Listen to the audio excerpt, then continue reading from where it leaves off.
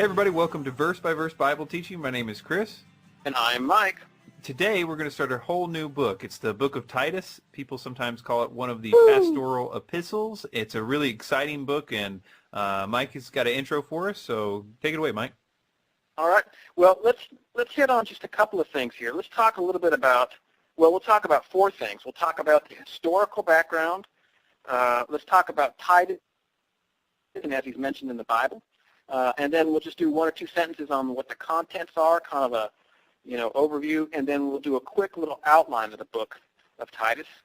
So obviously the author is Paul, and the date is between 63 and 66 A.D. Most people think. Now the probable order of significant events as far as historical background goes is this. Paul was released from his house arrest in Rome, where we find him at the end of Acts, probably because his accusers did not choose to press their charges against him before Caesar.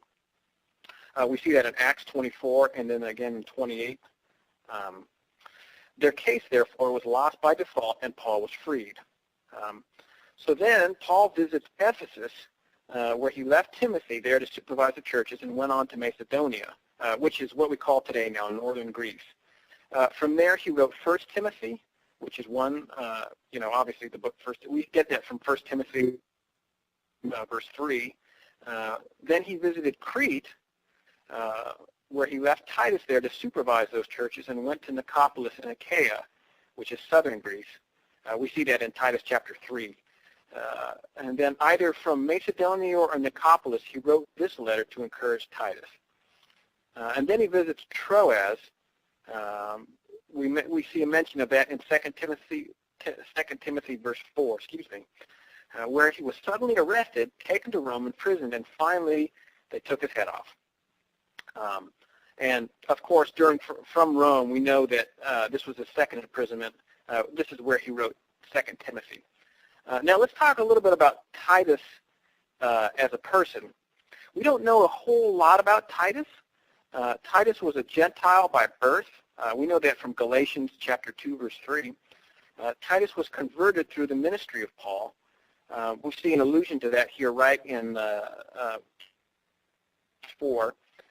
And he was accompanied by Paul, he accompanied Paul to Jerusalem at the time of the Apostolic Council in Acts 15. He was Paul's emissary to the church at Corinth during the third missionary journey. We see that alluded to in 2 Corinthians verse 7, 6, and 7. And then Titus and two others took the letter we call 2 Corinthians to Corinth and urged the Corinthians to make good their promise to give to the poor in Jerusalem. So Paul left Titus in Crete to use his administrative gifts to consolidate the work there. And that's basically all that we know about Titus. We don't really know a whole lot. He's not really mentioned all that much. But it's interesting that, a whole book is named after him.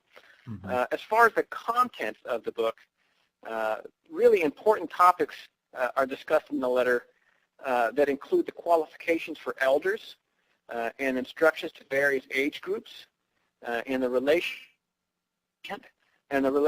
of regeneration to human works and to the Spirit. Now, as far as the outline of Titus, it follows a pretty tightly scripted, at least for epistolatory literature, a pretty tightly scripted framework. Most letters in the Mediterranean and ancient Near Eastern world followed a pretty tight script.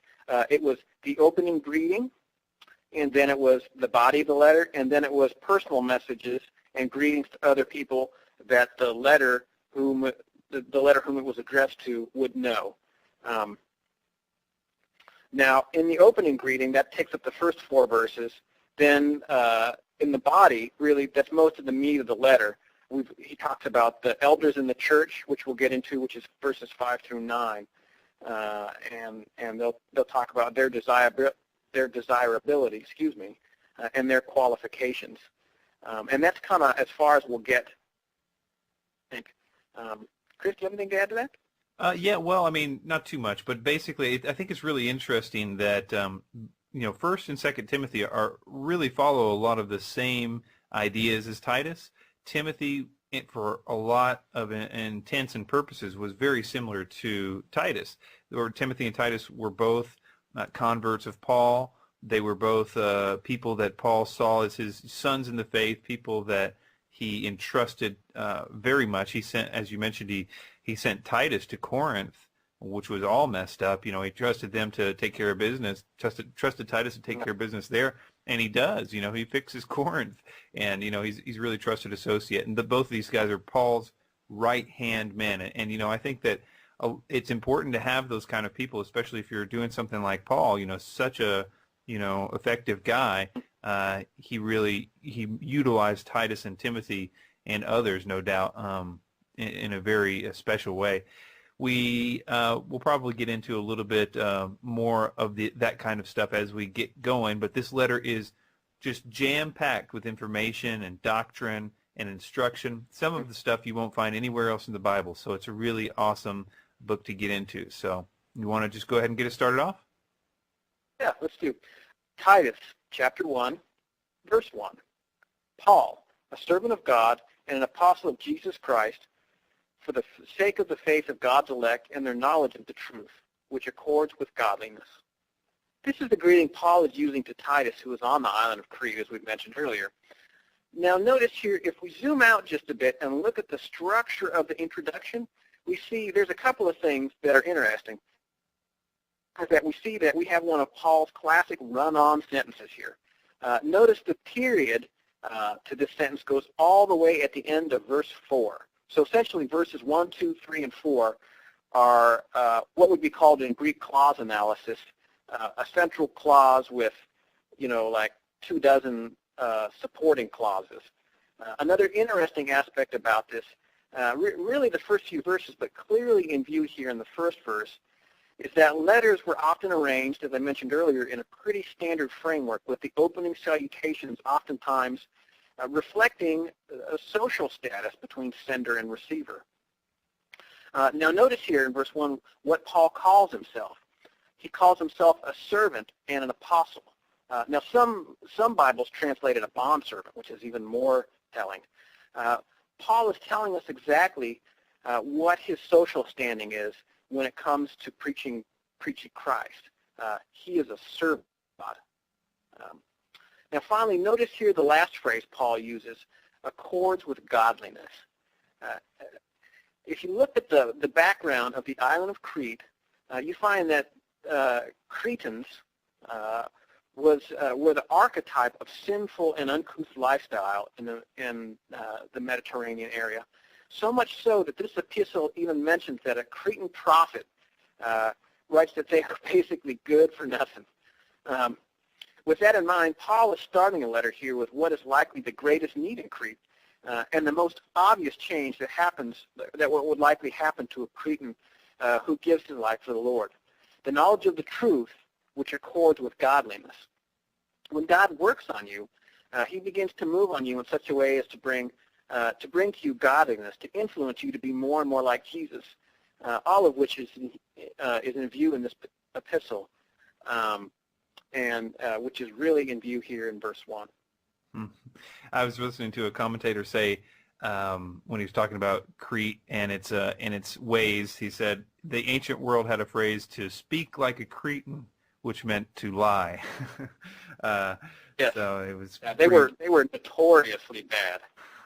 Everybody was like, at least I'm not a Cretan, Right. I could be a cheapskate or a liar or a lunatic, but at least I'm not from Crete. And again, it shows you what Titus is going into. Titus going into Corinth, which was also as infamous of a city of just Chuck Missler keeps calling it the first and second Californians. It was just so awful. And you're a Californian, aren't you? So. Okay. Anyway, okay, so verse 1 here, Paul, a servant of God, an apostle of Jesus Christ, according to the faith of God's elect, and the knowledge of the truth, which is according to godliness. So it is a really interesting salutation, as a lot of his are. That's an interesting point you brought up about mentioning the social status. A quick note on that is, as you mentioned, the word there that's rendered here according to faith, and servant is the word doulos, which is a bond slave. It's a very special term. It was the highest class of a servant. It was somebody who chose to serve, and there's what they would do is, I think we've mentioned before, is that, after your tenure was done, I think it was 7 years or something, that you had to let them go or whatever. And if at that time you wanted to choose to serve the house, then you would actually have your ear pierced by an awl. And whether or not there was an earring put there or not is sort of up to debate, I guess, in some circles. But they would pierce your ear, and it would be a status symbol of a very high-class servant that chose to be there. And it may be significant that Paul has chosen to mention that he is a servant of God before he mentions that he is an apostle.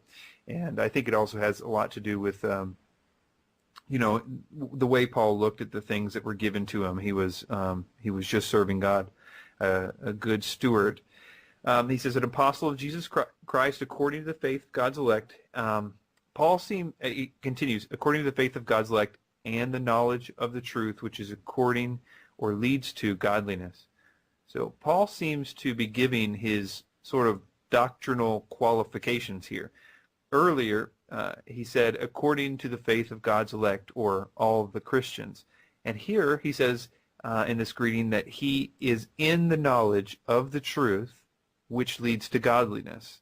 So this intro is Paul's sort of confirming the purity of his doctrine in one sense, which seems fitting because this letter will spend so much time on the issues of doctrine, whether directly, like when he reminds Titus about the importance of doctrine, or indirectly, as we are about to see in the following verse. This is a quote from the Geneva translators. He says, he vouches for his apostleship, not for Titus, but for the Cretans' sake, both by the testimony of his outward calling and by his consent in which he agrees with all the elect from the beginning of the world. And I think that's all I have for that one. Mike? All right.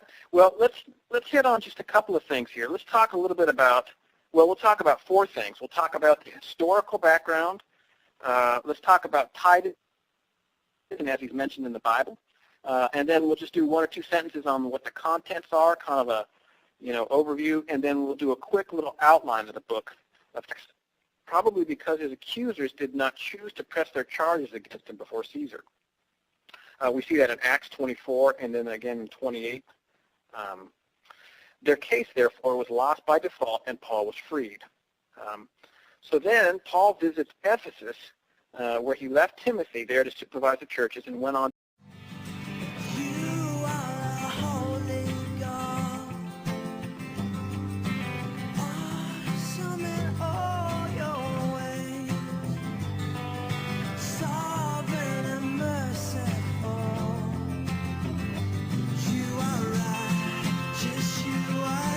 Titus. Obviously the author is Paul, and the date is between 63 and 66 AD. Most people think.